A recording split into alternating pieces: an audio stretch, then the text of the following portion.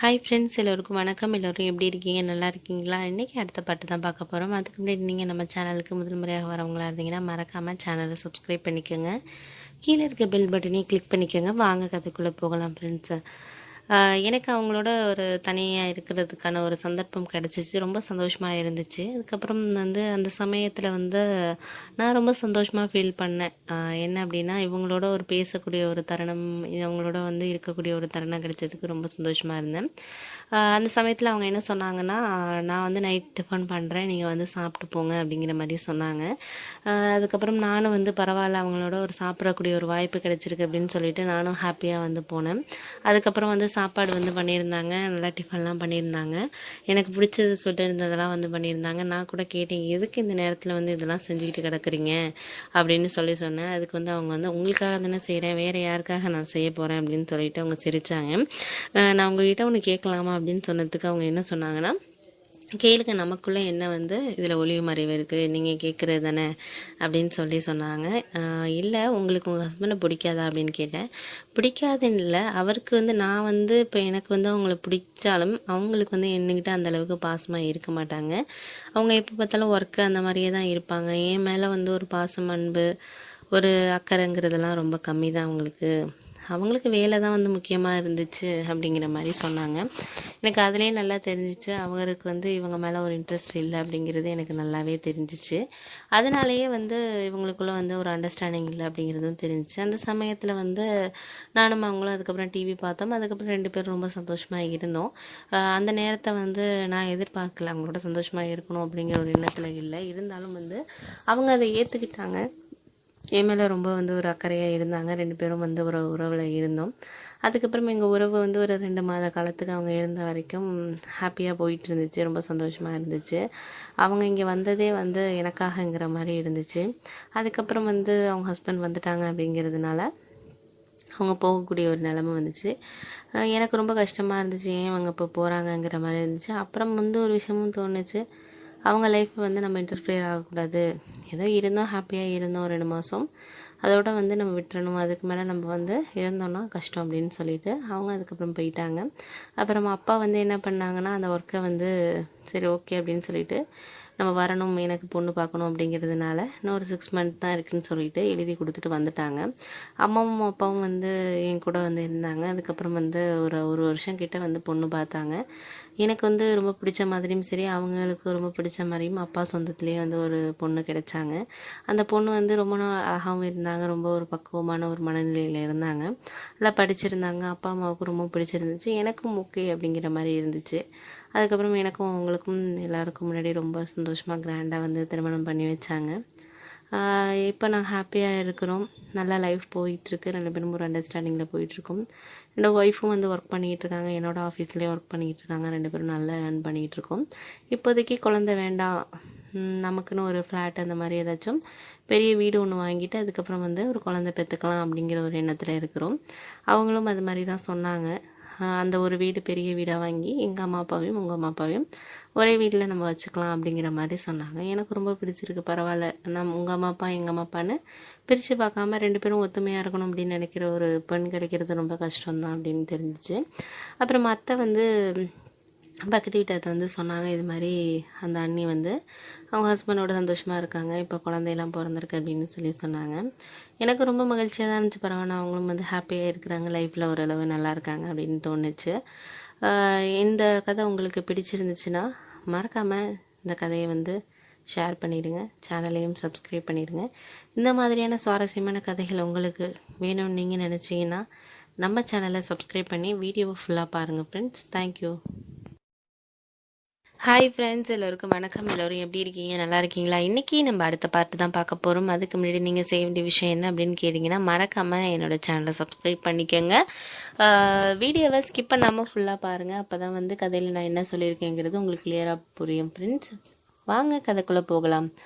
எனக்கு என்னோடய காதலி ஏமாத்தினது மட்டும் இல்லாமல் அவங்களும் ஏமாந்து தான் போயிருக்காங்க. ஏன்னா என்னை அவங்க வேணான்னு சொல்லிட்டு இன்னொருத்தரை திருமணம் பண்ணாலும் அவங்களுக்கு அந்த வாழ்க்கை சந்தோஷமானதாக இல்லைங்கிறது தான் ஒரு உண்மை. என்ன பண்ணுறது, யார் தலையில் யார் எழுத்து எழுதியிருக்குங்கிறது அது யாருக்குமே தெரியாதுங்கிறது தான் உண்மை. அந்த மாதிரி ஒரு சூழ்நிலையில் நான் ரொம்ப ஒரு மன வருத்தத்தில் இருந்த சமயத்தில் வந்து அப்பா வந்து எனக்கு ஒரு ரொம்ப பெரிய ஆறுதலாக தான் இருந்தார். அப்பா ஃபோன் பண்ணி பேசிக்கிட்டே தான் இருப்பார். அப்பாவுக்கு வந்து என்னோடய ஃப்ரெண்ட் வந்து சொல்லியிருக்கான் இது மாதிரின்ட்டு. அவன் ஒரு பொண்ணை விரும்பினான்ப்பா, ஆனால் வந்து அந்த பொண்ணு வந்து இவனை வேணாம் அப்படிங்கிற மாதிரி சொல்லிட்டு வேற ஒருத்தரை திருமணம் பண்ணிட்டு அப்படின்னு சொன்னாங்க. அப்பா வந்து அதை கேட்டுட்டு எனக்கு என்ன பேசினாருன்னா, அதெல்லாம் நீ விட்டு தள்ளு, எதையும் பற்றி நீ நினச்சிக்கிட்டு இருக்காத, மனசு ரொம்ப குழப்பம் அடைஞ்சா வாழ்க்கையில் வந்து நீ உனக்கும் சரி உன் உடலும் சரி ரொம்ப ஒரு கஷ்டமான விஷயத்த தான் இதாகும். அதனால் நீ வந்து கொஞ்சம் மனசை நல்லபடியாக வச்சுக்கோ, ஒன்றும் பிரச்சனை இல்லை, எதாக இருந்தாலும் சமாளிப்போண்டா அப்படிங்கிற மாதிரி அப்பா எனக்கு சில ஆறுதல் சொன்னார். அது எனக்கு கொஞ்சம் மனசு வந்து நிம்மதியாக இருந்துச்சு. பரவாயில்ல, நம்ம அப்பாவுக்கு நம்மள விஷயங்கள்லாம் தெரிஞ்சிருக்கு அப்படின்னு சொல்லிட்டு நான் ட்ரை பண்ணேன். அப்பா இங்கே வேலை பார்க்கலாம் அப்படிங்கிற மாதிரி சொன்னார். நான் சொன்னேன், இல்லைப்பா வேணாம், நான் இங்கேயே வந்து ஏதாச்சும் நான் ட்ரை பண்ணுறேன், ஃப்ரெண்ட்ஸ் மூலியமாகவும் சரி நானும் ஓனாகவும் ட்ரை பண்ணுறேன் அப்படின்னு சொன்னேன்.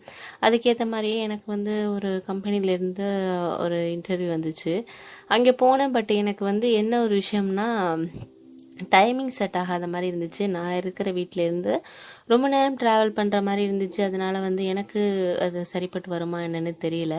அதனால் வந்து கொஞ்சம் குழப்பமான மனநிலையிலே இருந்தேன். சரி வேண்டாம், நம்ம வேறு எதுவும் பார்க்கலாம் அப்படின்னு சொல்லிட்டு அப்புறம் ஒரு 10 டேஸ் கழித்து வேறு நிறைய கம்பெனிஸ்க்கு அப்ளை பண்ணேன். அப்போ வந்து எனக்கு நியர்பையாக வந்து ஒரு 1 ஹவரில் போயிட்டு வர்ற மாதிரி ஒரு ஆஃபீஸில் வந்து சும்மா டெம்ப்ரவரியாக ஒரு ஜாப் கிடச்சிச்சு. பட் சேலரி இஸ் ஓகே அப்படிங்கிற மாதிரி இருந்துச்சு. அப்பா கிட்ட சொன்னேன். அப்பா ரொம்ப ஹாப்பியாக இருந்தார். அப்பா என்ன சொன்னாருன்னா, நான் வேணால் இங்கே ட்ரை பண்ணுறேனேடா, நீ எங்களோட வந்து இருக்கலாம், இன்னும் ஒரு 1 இயர் தானே அப்படின்னு சொன்னார். நான் அதான் சொன்னேன், இல்லைப்பா எனக்கு இங்கே கம்ஃபர்டபுளாக தான் இருக்குது, ஓகே அப்படிங்கிற மாதிரி சொன்னதுனால, சரி உன் இஷ்டம், உன் விருப்பத்துக்கு நான் எதுவும் தடை சொல்ல மாட்டேன் அப்படின்னு சொல்லிட்டு அப்பா சொன்னார். அதுக்கப்புறம் என்ன நடந்துச்சுன்னா, எனக்கு வந்து பக்கத்து வீட்டு அத்தை வந்து ரொம்ப வந்து ஒரு ஹெல்ப்ஃபுல்லாக இருந்தாங்க. இந்த ஒரு வருஷத்தில் அவங்க வீட்டில் தான் சாப்பிட்றது எல்லாமே வந்து நான் செய்வேன். அதுக்கேற்ற மாதிரி அவங்களுக்கும் ஏதாச்சும் காசெல்லாம் வந்து கொடுத்துட சொல்லுவாங்க அம்மா. அதுக்கேற்ற மாதிரி நான் கொடுத்துருவேன். அந்த சமயத்தில் வந்து அவங்களோட ரிலேட்டிவ் ஒருத்தவங்களோட ஒய்ஃப் வந்து வந்திருந்தாங்க. எனக்கு வந்து அண்ணி அப்படிங்கிற ஒரு வயது தக்க ஒரு இதில் தான் இருந்தாங்க. அத்தையும் சொன்னாங்க, அண்ணி இவங்க என்னோட அக்காவோட மருமகள் இங்கே வந்திருக்கா அப்படின்னு சொல்லி சொன்னாங்க. அவள் இங்கே தான் ஒரு 2 மாதத்துக்கு இருப்பாடா, அந்த பையன் வந்து வெளியில் ட்ரைனிங் போயிருக்காங்க. அங்கே என்னோடய அக்காவும் வந்து அவளோட மகள் வீட்டில் இருக்கிறதுனால, தனியாக இருக்கிறது கஷ்டமாக இருக்கிறதுனால என்னோட வந்து இருக்கிறதுக்காக வந்து இங்கே அனுப்பி வச்சுருக்குறாங்க அப்படிங்கிற மாதிரி சொல்லிகிட்டு இருந்தாங்க. சரின்ட்டு முதல் தடவை அவங்கள பார்க்குறப்ப எனக்கு ரொம்ப வந்து ரொம்ப நாள் பழகின ஒரு பழக்கமானவங்க மாதிரி இருந்துச்சு. ரொம்ப நல்லா பேசினாங்க என்கிட்ட. அந்த ஒரு சந்தோஷம் எனக்கு இருந்துச்சு. எனக்கு என்ன தோணுச்சுன்னா, அவங்களோட இன்னுமே நம்ம டைம் ஸ்பெண்ட் பண்ணணும், அவங்ககிட்ட இன்னும் ஃப்ரெண்டானால் நல்லா இருக்குமேங்கிற மாதிரியான ஒரு நினப்பெல்லாம் வந்துச்சு. என் லவ்வருக்கு அடுத்தது வந்து அவங்கக்கிட்ட நான் க்ளோஸாக பேசணுங்கிற மாதிரி இருந்துச்சு. ஆனால் வந்து அதுக்கான ஒரு இடம் கரெக்டாக ஒரு நேரம் அமையுமான்னு எனக்கு தெரியல. அந்த சமயத்தில் வந்து அத்தை வந்து கொஞ்சம் அவங்களுக்கு உடம்பு முடியாமல் இருந்தாங்க. அவங்கள ஹாஸ்பிட்டல் அழைச்சிட்டு போகிறதெல்லாம் வந்து இவங்க தான் பார்த்தாங்க, அதாவது அந்த அண்ணி தான் பார்த்தாங்க. அவங்க எனக்கு வந்து ஒரு நாள் வந்து ஒரு ஈவினிங் ஒரு 6:30 மணி இருக்கும். நான் வீட்டில் வந்து டிவி பார்த்துக்கிட்டு இருந்தேன். வந்து கூப்பிட்டாங்க. ஒரு நிமிஷம் வரீங்களா அப்படின்னு கேட்டாங்க. என்ன விஷயம், ஏதாச்சும் ப்ராப்ளமா அப்படின்னா, இல்லை அத்தைக்கு கொஞ்சம் மூச்சு விட முடியல, அவங்களுக்கு ஹாஸ்பிட்டல் அழைச்சிட்டு போகணும், இந்த டைமில் யாரை கூப்பிட்றதுன்னு தெரியல, நீங்கள் வந்தால் கொஞ்சம் நல்லாயிருக்கும் அப்படின்னு சொன்னாங்க. அதுக்கு எதுக்கு தயக்கிட்டு நீங்கள் கேட்குறீங்க, என்கிட்ட நீங்கள் ஃப்ரீயாகவே சொல்லலாம் அப்படின்னு சொல்லிட்டு நான் அவங்கக்கிட்ட சொன்னேன். சரி ஓகே அப்படின்னு சொல்லிட்டு அவங்களும் வந்து வாங்க அப்படின்னு சொல்லிட்டு உடனே போகணும். அப்புறம் அழைச்சிட்டு போய் அத்தைக்கு வந்து எல்லாமே ட்ரீட்மெண்ட்லாம் வந்து செஞ்சோம். அதுக்கப்புறம் 2 நாள் ஹாஸ்பிட்டலில் இருக்கணும் அப்படிங்கிற மாதிரி சொன்னாங்க. ப்ரெஷர் லெவல் அதிகமாக இருக்குது அப்படின்னு சொல்லிட்டு. அவங்க தான் வீட்டில் நான் சொன்னேன், நான் இங்கே இருக்கிறேன், நீங்கள் சமைச்சு எடுத்துகிட்டு வர்றது அதெல்லாம் வந்து எடுத்துகிட்டு வாங்க, அந்த ஹாஸ்பிட்டல் அங்கேருந்து ஒரு 10 மினிட்ஸ் அந்த மாதிரி தான் இருந்துச்சு, நடந்து கூட வந்துடலாம் அப்படின்னு சொன்னேன். அவங்களும் ஓகே அப்படின்னு சொல்லி சொன்னாங்க. ரொம்ப தேங்க்ஸுங்க, இந்த நேரத்தில் எங்களுக்கு ரொம்ப ஹெல்ப்ஃபுல்லாக இருந்திருக்கீங்க அப்படின்னு என்கிட்ட சொன்னாங்க. நான் அதுக்கு சொன்னேன், அவங்க எனக்கு எவ்வளோ உதவி பண்ணியிருக்காங்க, அதுக்கு முன்னாடி இதெல்லாம் ஒன்றுமே கிடையாது. இப்போ எங்கள் அப்பா அம்மா போய் 1 வருஷம் ஆகுது வேலை விஷயமா. நான் வந்து 1 வருஷமாக தான் இவங்க தான் எனக்கு சாப்பாடு எல்லாமே கொடுக்குறது எல்லாமே பண்ணிகிட்டு இருக்காங்க. அவங்களுக்கு நான் பண்ணாமல் வேறு யார் பண்ணுவோம் அப்படின்னு சொன்னேன். அப்புறம் வந்து அவங்க வந்து சமைச்சு வச்சுருவாங்க, நான் போயிட்டு எடுத்துகிட்டு வருவேன். சிலப்போ அவங்கள பைக்கில் அழைச்சிட்டு வருவேன். எனக்கு இந்த 2 நாட்கள் வந்து ரொம்ப சந்தோஷமாக இருந்துச்சு. என்ன ஒரு காரணம்னா, அவங்களோட ஒரு க்ளோஸாக இருக்கிறதுக்காக சில விஷயங்கள் இருக்கிறதுனால எனக்கு ரொம்ப வந்து அவங்களோட இருக்கணும் அப்படிங்கிற மாதிரி இருந்துச்சு. அந்த சமயத்தில் நான் அவங்கள பைக்கில் அழைச்சிட்டு வரப்பெல்லாம் என்கிட்ட ரொம்ப நல்லா பேசினாங்க. இன்னுமே நாங்கள் க்ளோஸ் ஆனோம் எங்கள் ரிலேஷன்ஷிப்பில் அப்படின்னு தான் சொல்லணும். அதுக்கப்புறம் அவங்க ஃபோன் நம்பர் என்கிட்ட கொடுத்தாங்க. அதுக்கப்புறம் நானும் வந்து அவங்களும் மெசேஜ் பண்ண ஆரம்பித்தோம். ரொம்ப சந்தோஷமாக போயிட்டு இருந்துச்சு அந்த உறவு. அந்த சமயத்தில் அத்தை வந்து ஒருத்தவங்களோட ரிலேட்டிவ் மேரேஜ் வந்து இருக்கிறதுனால அவங்க கண்டிப்பாக போகணும். இவங்களை அழைச்சிட்டு போக முடியாது அண்ணி. ஏன் அப்படின்னா அவங்களோட மாமியார் ஏதாச்சும் சொல்லுவாங்க அப்படின்னு சொல்லிட்டு ரொம்ப லாங்காக இருக்கிறதுனால ஒரு 2 days ஆகும் அப்படின்னு சொல்லிட்டு, நீ வீட்டில் இரு, பக்கத்து வீட்டில் உள்ள அக்கா ஐடியெல்லாம் ஹெல்ப் பண்ணுவாங்க அப்படின்னு சொல்லிட்டு போயிருக்காங்க. அதுக்கப்புறம் இவங்களும் சரி அப்படின்னு சொல்லிட்டு இருந்தாங்க. என்கிட்ட வந்து சொல்லிட்டு போனாங்க, அத்தை கொஞ்சம் பார்த்துக்கோடா, நான் வந்து ஒரு 2 நாள் ஆகும் வர்றதுக்கு, கொஞ்சம் பார்த்துக்கோ, ஏதாச்சும் வேணும்னா பொருள் வாங்கி கொடு, சாப்பாடு வேணாலும் கடையில் வாங்கி கொடு அப்படின்னு சொல்லிட்டு போனாங்க.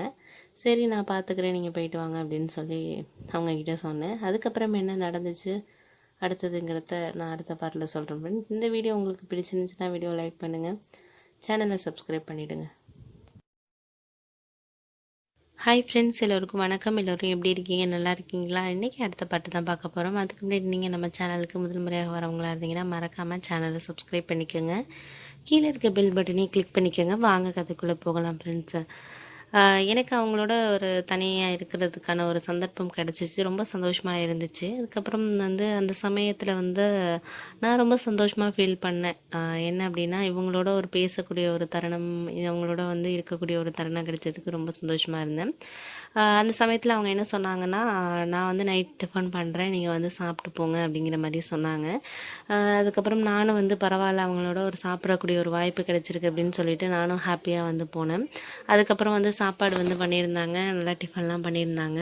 எனக்கு பிடிச்சது சொல்லியிருந்ததெல்லாம் வந்து பண்ணியிருந்தாங்க. நான் கூட கேட்டேன், எதுக்கு இந்த நேரத்தில் வந்து இதெல்லாம் செஞ்சுக்கிட்டு கிடக்குறீங்க அப்படின்னு சொன்னேன். அதுக்கு வந்து அவங்க வந்து உங்களுக்காக தானே செய்கிறேன், வேறு யாருக்காக நான் செய்ய போகிறேன் அப்படின்னு சொல்லிட்டு அவங்க சிரித்தாங்க.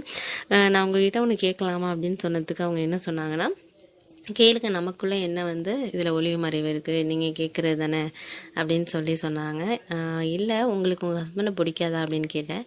பிடிக்காதுன்னு இல்லை, அவருக்கு வந்து நான் வந்து இப்போ எனக்கு வந்து அவங்கள பிடிச்சாலும் அவங்களுக்கு வந்து என்கிட்ட அந்தளவுக்கு பாசமாக இருக்க மாட்டாங்க. அவங்க எப்போ பார்த்தாலும் ஒர்க்கு அந்த மாதிரியே தான் இருப்பாங்க. என் மேலே வந்து ஒரு பாசம், அன்பு, ஒரு அக்கறைங்கிறதெல்லாம் ரொம்ப கம்மி தான் அவங்களுக்கு வேலை தான் வந்து முக்கியமாக இருந்துச்சு அப்படிங்கிற மாதிரி சொன்னாங்க. எனக்கு அதிலே நல்லா தெரிஞ்சிச்சு, அவருக்கு வந்து இவங்க மேலே ஒரு இன்ட்ரெஸ்ட் இல்லை அப்படிங்கிறது எனக்கு நல்லாவே தெரிஞ்சிச்சு. அதனாலேயே வந்து இவங்களுக்குள்ளே வந்து ஒரு அண்டர்ஸ்டாண்டிங் இல்லை அப்படிங்கிறதும் தெரிஞ்சிச்சு. அந்த சமயத்தில் வந்து நானும் அவங்களும் அதுக்கப்புறம் டிவி பார்த்தோம். அதுக்கப்புறம் 2 பேரும் ரொம்ப சந்தோஷமாக இருந்தோம். அந்த நேரத்தை வந்து நான் எதிர்பார்க்கல, அவங்களோட சந்தோஷமாக இருக்கணும் அப்படிங்கிற ஒரு எண்ணத்தில் இல்லை. இருந்தாலும் வந்து அவங்க அதை ஏற்றுக்கிட்டாங்க. என் மேலே ரொம்ப வந்து ஒரு அக்கறையாக இருந்தாங்க. 2 பேரும் வந்து ஒரு உறவில் இருந்தோம். அதுக்கப்புறம் எங்கள் உறவு வந்து ஒரு 2 மாத காலத்துக்கு அவங்க இருந்த வரைக்கும் ஹாப்பியாக போயிட்டு இருந்துச்சு. ரொம்ப சந்தோஷமாக இருந்துச்சு. அவங்க இங்கே வந்ததே வந்து எனக்காகங்கிற மாதிரி இருந்துச்சு. அதுக்கப்புறம் வந்து அவங்க ஹஸ்பண்ட் வந்துட்டாங்க அப்படிங்கிறதுனால அவங்க போகக்கூடிய ஒரு நிலமை வந்துச்சு. எனக்கு ரொம்ப கஷ்டமாக இருந்துச்சு, ஏன் அவங்க இப்போ போகிறாங்கங்கிற மாதிரி இருந்துச்சு. அப்புறம் வந்து ஒரு விஷயமும் தோணுச்சு, அவங்க லைஃப் வந்து நம்ம இன்டர்ஃபியர் ஆகக்கூடாது. ஏதோ இருந்தோம், ஹாப்பியாக இருந்தோம் 2 மாதம், அதோட வந்து நம்ம விட்டுறணும். அதுக்கு மேலே நம்ம வந்து இருந்தோன்னா கஷ்டம் அப்படின்னு சொல்லிட்டு அவங்க அதுக்கப்புறம் போயிட்டாங்க. அப்புறம் அப்பா வந்து என்ன பண்ணாங்கன்னா, அந்த ஒர்க்கை வந்து சரி ஓகே அப்படின்னு சொல்லிட்டு, நம்ம வரணும், எனக்கு பொண்ணு பார்க்கணும் அப்படிங்கிறதுனால இன்னும் ஒரு 6 month தான் இருக்குதுன்னு சொல்லிட்டு எழுதி கொடுத்துட்டு வந்துட்டாங்க. அம்மாவும் அப்பாவும் வந்து என் கூட வந்து இருந்தாங்க. அதுக்கப்புறம் வந்து ஒரு வருஷம் கிட்ட வந்து பொண்ணு பார்த்தாங்க. எனக்கு வந்து ரொம்ப பிடிச்ச மாதிரியும் சரி, அவங்களுக்கு ரொம்ப பிடிச்ச மாதிரியும் அப்பா சொந்தத்துலேயே வந்து ஒரு பொண்ணு கிடைச்சாங்க. அந்த பொண்ணு வந்து ரொம்ப நாள் அழகாகவும் இருந்தாங்க, ரொம்ப ஒரு பக்குவமான ஒரு மனநிலையில் இருந்தாங்க, நல்லா படிச்சிருந்தாங்க. அப்பா அம்மாவுக்கும் ரொம்ப பிடிச்சிருந்துச்சு, எனக்கும் ஓகே அப்படிங்கிற மாதிரி இருந்துச்சு. அதுக்கப்புறம் எனக்கும் அவங்களுக்கும் எல்லாருக்கும் முன்னாடி ரொம்ப சந்தோஷமாக கிராண்டாக வந்து திருமணம் பண்ணி வச்சாங்க. இப்போ நான் ஹாப்பியாக இருக்கிறோம், நல்லா லைஃப் போயிட்டுருக்கு, 2 பேரும் ஒரு அண்டர்ஸ்டாண்டிங்கில் போயிட்டுருக்கோம். என்னோடய ஒய்ஃபும் வந்து ஒர்க் பண்ணிகிட்ருக்காங்க, என்னோடய ஆஃபீஸ்லேயே ஒர்க் பண்ணிகிட்ருக்காங்க. 2 பேரும் நல்லா ஏர்ன் பண்ணிகிட்ருக்கோம். இப்போதைக்கு குழந்தை வேண்டாம், நமக்குன்னு ஒரு ஃப்ளாட் அந்த மாதிரி ஏதாச்சும் பெரிய வீடு ஒன்று வாங்கிட்டு அதுக்கப்புறம் வந்து ஒரு குழந்தை பெற்றுக்கலாம் அப்படிங்கிற ஒரு எண்ணத்தில் இருக்கிறோம். அவங்களும் அது மாதிரி தான் சொன்னாங்க. அந்த ஒரு வீடு பெரிய வீடாக வாங்கி எங்கள் அம்மா அப்பாவையும் உங்கள் அம்மா அப்பாவையும் ஒரே வீட்டில் நம்ம வச்சுக்கலாம் அப்படிங்கிற மாதிரி சொன்னாங்க. எனக்கு ரொம்ப பிடிச்சிருக்கு. பரவாயில்ல, உங்கள் அம்மா அப்பா எங்கள் அம்மா அப்பான்னு பிரித்து பார்க்காம 2 பேரும் ஒத்துமையாக இருக்கணும் அப்படின்னு நினைக்கிற ஒரு பெண் கிடைக்கிறது ரொம்ப கஷ்டம்தான் அப்படின்னு தெரிஞ்சிச்சு. அப்புறம் அத்தை வந்து பக்கத்து வீட்டை வந்து சொன்னாங்க, இது மாதிரி அந்த அண்ணி வந்து அவங்க ஹஸ்பண்டோட சந்தோஷமாக இருக்காங்க, இப்போ குழந்தையெல்லாம் பிறந்திருக்கு அப்படின்னு சொன்னாங்க. எனக்கு ரொம்ப மகிழ்ச்சியாக தான் இருந்துச்சு. பரவாயில்ல, அவங்களும் வந்து ஹாப்பியாக இருக்கிறாங்க, லைஃப்பில் ஓரளவு நல்லா இருக்காங்க அப்படின்னு தோணுச்சு. இந்த கதை உங்களுக்கு பிடிச்சிருந்துச்சுன்னா மறக்காமல் இந்த கதையை வந்து ஷேர் பண்ணிவிடுங்க, சேனலையும் சப்ஸ்கிரைப் பண்ணிடுங்க. இந்த மாதிரியான சுவாரஸ்யமான கதைகள் உங்களுக்கு வேணும்னு நீங்கள் நினச்சிங்கன்னா நம்ம சேனலை சப்ஸ்கிரைப் பண்ணி வீடியோவை ஃபுல்லாக பாருங்கள் ஃப்ரெண்ட்ஸ். தேங்க்யூ. ஹாய் ஃப்ரெண்ட்ஸ், எல்லோருக்கும் வணக்கம். எல்லோரும் எப்படி இருக்கீங்க? நல்லா இருக்கீங்களா? இன்றைக்கி நம்ம அடுத்த பார்ட்டு தான் பார்க்க போகிறோம். அதுக்கு முன்னாடி நீங்கள் செய்ய வேண்டிய விஷயம் என்ன அப்படின்னு கேட்டிங்கன்னா, மறக்காமல் என்னோடய சேனலை சப்ஸ்கிரைப் பண்ணிக்கோங்க. வீடியோவை ஸ்கிப் பண்ணாமல் ஃபுல்லாக பாருங்கள். அப்போ தான் வந்து கதையில் நான் என்ன சொல்லியிருக்கேங்கிறது உங்களுக்கு கிளியராக புரியும் ஃப்ரெண்ட்ஸ்.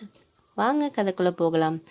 எனக்கு என்னோடய காதலி வந்து ஏமாத்தினது மட்டும் இல்லாமல் அவங்களும் ஏமாந்து தான் போயிருக்காங்க. ஏன்னா வந்து என்னை வந்து அவங்க வேணான்னு சொல்லிட்டு இன்னொருத்தரை திருமணம் பண்ணாலும் அவங்களுக்கு அந்த வாழ்க்கை வந்து சந்தோஷமானதாக இல்லைங்கிறது தான் ஒரு உண்மை. என்ன பண்ணுறது, யார் யார் தலையில் யார் யார் எழுதியிருக்குங்கிறது அது யாருக்குமே தெரியாதுங்கிறது தான் உண்மை. அந்த மாதிரி ஒரு சூழ்நிலையில் நான் ரொம்ப ஒரு மன வருத்தத்தில் இருந்த சமயத்தில் வந்து அப்பா வந்து எனக்கு ஒரு ரொம்ப பெரிய ஆறுதலாக தான் இருந்தார். அப்பா ஃபோன் பண்ணி பேசிக்கிட்டே தான் இருப்பார். அப்பாவுக்கு வந்து என்னோடய ஃப்ரெண்ட் வந்து சொல்லியிருக்கான் இது மாதிரின்ட்டு. அவன் ஒரு பொண்ணை விரும்பினாப்பா, ஆனால் வந்து அந்த பொண்ணு வந்து இவனை வேணாம் அப்படிங்கிற மாதிரி சொல்லிவிட்டு வேற ஒருத்தரை திருமணம் பண்ணிட்டு அப்படின்னு சொன்னாங்க. அப்பா வந்து அதை கேட்டுட்டு எனக்கு என்ன பேசினாருன்னா, அதெல்லாம் நீ விட்டு தள்ளு, எதையும் பற்றி நீ நினச்சிக்கிட்டு இருக்காத, மனசு ரொம்ப குழப்பம் அடைஞ்சா வாழ்க்கையில் வந்து நீ உனக்கும் சரி உன் உடலும் சரி ரொம்ப ஒரு கஷ்டமான விஷயத்த தான் இதாகும். அதனால நீ வந்து கொஞ்சம் மனசை நல்லபடியாக வச்சுக்கோ, ஒன்றும் பிரச்சனை இல்லை, எதாக இருந்தாலும் சமாளிப்போண்டா அப்படிங்கிற மாதிரி அப்பா எனக்கு சில ஆறுதலை சொன்னார். அது எனக்கு கொஞ்சம் மனசு வந்து நிம்மதியாக இருந்துச்சு. பரவாயில்ல, நம்ம அப்பாவுக்கு நம்மள விஷயங்கள்லாம் தெரிஞ்சிருக்கு அப்படின்னு சொல்லிட்டு நான் ட்ரை பண்ணேன். அப்பா இங்கே வேலை பார்க்கலாம் அப்படிங்கிற மாதிரி சொன்னார். நான் சொன்னேன், இல்லைப்பா வேணாம், நான் இங்கேயே வந்து ஏதாச்சும் நான் ட்ரை பண்ணுறேன், ஃப்ரெண்ட்ஸ் மூலியமாகவும் சரி நானும் ஓனாகவும் ட்ரை பண்ணுறேன் அப்படின்னு சொன்னேன். அதுக்கேற்ற மாதிரியே எனக்கு வந்து ஒரு கம்பெனிலேருந்து ஒரு இன்டர்வியூ வந்துச்சு. அங்கே போனேன். பட் எனக்கு வந்து என்ன ஒரு விஷயம்னா, டைமிங் செட் ஆகாத மாதிரி இருந்துச்சு. நான் இருக்கிற வீட்டிலேருந்து ரொம்ப நேரம் ட்ராவல் பண்ணுற மாதிரி இருந்துச்சு. அதனால் வந்து எனக்கு அது சரிப்பட்டு வருமா என்னென்னு தெரியல. அதனால வந்து கொஞ்சம் குழப்பமான மனநிலையிலே இருந்தேன். சரி வேண்டாம், நம்ம வேறு எதுவும் பார்க்கலாம் அப்படின்னு சொல்லிட்டு அப்புறம் ஒரு 10 days கழித்து வேறு நிறைய கம்பெனிஸ்க்கு அப்ளை பண்ணேன். அப்போ வந்து எனக்கு நியர்பையாக வந்து ஒரு 1 ஹவரில் போயிட்டு வர்ற மாதிரி ஒரு ஆஃபீஸில் வந்து சும்மா டெம்ப்ரவரியாக ஒரு ஜாப் கிடச்சிச்சு. பட் சேலரி இஸ் ஓகே அப்படிங்கிற மாதிரி இருந்துச்சு. அப்பா கிட்டே சொன்னேன். அப்பா ரொம்ப ஹாப்பியாக இருந்தார். அப்பா என்ன சொன்னார்னா, நான் வேணால் இங்கே ட்ரை பண்ணுறேன்டா, நீ எங்களோட வந்து இருக்கலாம், இன்னும் ஒரு 1 year தானே அப்படின்னு சொன்னார். நான் அதான் சொன்னேன், இல்லைப்பா எனக்கு இங்கே கம்ஃபர்டபுளாக தான் இருக்குது, ஓகே அப்படிங்கிற மாதிரி சொன்னதுனால சரி உன் இஷ்டம், உன் விருப்பத்துக்கு நான் எதுவும் தடை சொல்ல மாட்டேன் அப்படின்னு சொல்லிட்டு அப்பா சொன்னார். அதுக்கப்புறம் என்ன நடந்துச்சுன்னா, எனக்கு வந்து பக்கத்து வீட்டத்தை வந்து ரொம்ப வந்து ஒரு ஹெல்ப்ஃபுல்லாக இருந்தாங்க. இந்த ஒரு வருஷத்தில் அவங்க வீட்டில் தான் சாப்பிட்றது எல்லாமே வந்து நான் செய்வேன். அதுக்கேற்ற மாதிரி அவங்களுக்கும் ஏதாச்சும் காசெல்லாம் வந்து கொடுத்துட சொல்லுவாங்க அம்மா. அதுக்கேற்ற மாதிரி நான் கொடுத்துருவேன். அந்த சமயத்தில் வந்து அவங்களோட ரிலேட்டிவ் ஒருத்தவங்களோட ஒய்ஃப் வந்து வந்திருந்தாங்க. எனக்கு வந்து அண்ணி அப்படிங்கிற ஒரு வயது தக்க ஒரு இதில் தான் இருந்தாங்க. அத்தையும் சொன்னாங்க, அண்ணி இவங்க என்னோட அக்காவோட மருமகள் இங்கே வந்திருக்கா அப்படின்னு சொல்லி சொன்னாங்க. அவள் இங்கே தான் ஒரு 2 மாதத்துக்கு இருப்பாடா, அந்த பையன் வந்து வெளில ட்ரைனிங் போயிருக்காங்க. அங்கே என்னோடய அக்காவும் வந்து அவளோட மகள் வீட்டில் இருக்கிறதுனால, தனியாக இருக்கிறது கஷ்டமாக இருக்கிறதுனால என்னோட வந்து இருக்கிறதுக்காக வந்து இங்கே அனுப்பி வச்சுருக்குறாங்க அப்படிங்கிற மாதிரி சொல்லிகிட்டு இருந்தாங்க. சரின்ட்டு முதல் தடவை அவங்கள பார்க்குறப்ப எனக்கு ரொம்ப வந்து ஒரு ரொம்ப நாள் பழகின ஒரு பழக்கமானவங்க மாதிரி இருந்துச்சு. ரொம்ப நல்லா பேசினாங்க என்கிட்ட. அந்த ஒரு சந்தோஷம் எனக்கு இருந்துச்சு. எனக்கு என்ன தோணுச்சுன்னா, அவங்களோட இன்னுமே நம்ம டைம் ஸ்பெண்ட் பண்ணணும், அவங்ககிட்ட இன்னும் ஃப்ரெண்டானால் நல்லா இருக்குமேங்கிற மாதிரியான ஒரு நினப்பெல்லாம் வந்துச்சு. என் லவ்வருக்கு அடுத்தது வந்து அவங்கக்கிட்ட நான் க்ளோஸாக பேசணுங்கிற மாதிரி இருந்துச்சு. ஆனால் வந்து அதுக்கான ஒரு இடம் கரெக்டாக ஒரு நேரம் அமையுமான்னு எனக்கு தெரியல. அந்த சமயத்தில் வந்து அத்தை வந்து கொஞ்சம் அவங்களுக்கு உடம்பு முடியாமல் இருந்தாங்க. அவங்கள ஹாஸ்பிட்டல் அழைச்சிட்டு போகிறதெல்லாம் வந்து இவங்க தான் பார்த்தாங்க, அதாவது அந்த அண்ணி தான் பார்த்தாங்க. அவங்க எனக்கு வந்து ஒரு நாள் வந்து ஒரு ஈவினிங் ஒரு 6:30 மணி இருக்கும். நான் வீட்டில் வந்து டிவி பார்த்துக்கிட்டு இருந்தேன். வந்து கூப்பிட்டாங்க. ஒரு நிமிஷம் வரீங்களா அப்படின்னு கேட்டாங்க. என்ன விஷயம், ஏதாச்சும் ப்ராப்ளமா அப்படின்னா, இல்லை அத்தைக்கு கொஞ்சம் மூச்சு விட முடியல, அவங்களுக்கு ஹாஸ்பிட்டல் அழைச்சிட்டு போகணும், இந்த டைமில் யாரை கூப்பிட்றதுன்னு தெரியல, நீங்கள் வந்தால் கொஞ்சம் நல்லாயிருக்கும் அப்படின்னு சொன்னாங்க. அதுக்கு எதுக்கு தாக்கிட்டு நீங்கள் கேட்குறீங்க, என்கிட்ட நீங்கள் ஃப்ரீயாகவே சொல்லலாம் அப்படின்னு சொல்லிட்டு நான் அவங்கக்கிட்ட சொன்னேன். சரி ஓகே அப்படின்னு சொல்லிட்டு அவங்களும் வந்து வாங்க அப்படின்னு சொல்லிட்டு உடனே போகணும். அப்புறம் அழைச்சிட்டு போய் அத்தைக்கு வந்து எல்லாமே ட்ரீட்மெண்ட்லாம் வந்து செஞ்சோம். அதுக்கப்புறம் 2 நாள் ஹாஸ்பிட்டலில் இருக்கணும் அப்படிங்கிற மாதிரி சொன்னாங்க. ப்ரெஷர் லெவல் அதிகமாக இருக்குது அப்படின்னு சொல்லிட்டு. அவங்க தான் வீட்டில் நான் சொன்னேன், நான் இங்கே இருக்கிறேன், நீங்கள் சமைச்சு எடுத்துகிட்டு வர்றது அதெல்லாம் வந்து எடுத்துகிட்டு வாங்க. அந்த ஹாஸ்பிட்டல் அங்கேருந்து ஒரு 10 மினிட்ஸ் அந்த மாதிரி தான் இருந்துச்சு, நடந்து கூட வந்துடலாம் அப்படின்னு சொன்னேன். அவங்களும் ஓகே அப்படின்னு சொல்லி சொன்னாங்க. ரொம்ப தேங்க்ஸுங்க, இந்த நேரத்தில் எங்களுக்கு ரொம்ப ஹெல்ப்ஃபுல்லாக இருந்திருக்கீங்க அப்படின்னு என்கிட்ட சொன்னாங்க. நான் அதுக்கு சொன்னேன், அவங்க எனக்கு எவ்வளோ உதவி பண்ணியிருக்காங்க, அதுக்கு முன்னாடி இதெல்லாம் ஒன்றுமே கிடையாது. இப்போ எங்கள் அப்பா அம்மா போய் 1 வருஷம் ஆகுது வேலை விஷயமா. நான் வந்து 1 வருஷமாக தான் இவங்க தான் எனக்கு சாப்பாடு எல்லாமே கொடுக்குறது எல்லாமே பண்ணிகிட்டு இருக்காங்க. அவங்களுக்கு நான் பண்ணாமல் வேறு யார் பண்ணுவா அப்படின்னு சொன்னேன். அப்புறம் வந்து அவங்க வந்து சமைச்சு வச்சுருவாங்க, நான் போயிட்டு எடுத்துகிட்டு வருவேன். சிலப்போ அவங்கள பைக்கில் அழைச்சிட்டு வருவேன். எனக்கு இந்த 2 நாட்கள் வந்து ரொம்ப சந்தோஷமாக இருந்துச்சு. என்ன ஒரு காரணம்னா, அவங்களோட ஒரு க்ளோஸாக இருக்கிறதுக்காக சில விஷயங்கள் இருக்கிறதுனால எனக்கு ரொம்ப வந்து அவங்களோட இருக்கணும் அப்படிங்கிற மாதிரி இருந்துச்சு. அந்த சமயத்தில் நான் அவங்கள பைக்கில் அழைச்சிட்டு வரப்பெல்லாம் என்கிட்ட ரொம்ப நல்லா பேசினாங்க. இன்னுமே நாங்கள் க்ளோஸ் ஆனோம் எங்கள் ரிலேஷன்ஷிப்பில் அப்படின்னு தான் சொல்லணும். அதுக்கப்புறம் அவங்க ஃபோன் நம்பர் என்கிட்ட கொடுத்தாங்க. அதுக்கப்புறம் நானும் வந்து அவங்கள மெசேஜ் பண்ண ஆரம்பித்தேன். ரொம்ப சந்தோஷமாக போயிட்டு இருந்துச்சு அந்த உறவு. அந்த சமயத்தில் அத்தை வந்து ஒருத்தவங்களோட ரிலேட்டிவ் மேரேஜ் வந்து இருக்கிறதுனால அவங்க கண்டிப்பாக போகணும். இவங்களை அழைச்சிட்டு போக முடியாது அண்ணி, ஏன் அப்படின்னா அவங்களோட மாமியார் ஏதாச்சும் சொல்லுவாங்க அப்படின்னு சொல்லிட்டு ரொம்ப லாங்காக இருக்கிறதுனால ஒரு 2 டேஸ் ஆகும் அப்படின்னு சொல்லிட்டு, நீ வீட்டில் இரு, பக்கத்து வீட்டில் உள்ள அக்கா ஐடியெல்லாம் ஹெல்ப் பண்ணுவாங்க அப்படின்னு சொல்லிட்டு போயிருக்காங்க. அதுக்கப்புறம் இவங்களும் சரி அப்படின்னு சொல்லிட்டு இருந்தாங்க. என்கிட்ட வந்து சொல்லிட்டு போனாங்க, அத்தை கொஞ்சம் பார்த்துக்கோடா, நான் வந்து ஒரு 2 நாள் ஆகும் வர்றதுக்கு, கொஞ்சம் பார்த்துக்கோ, ஏதாச்சும் வேணும்னா பொருள் வாங்கி கொடு, சாப்பாடு வேணாலும் கடையில் வாங்கி கொடு அப்படின்னு சொல்லிட்டு போனாங்க.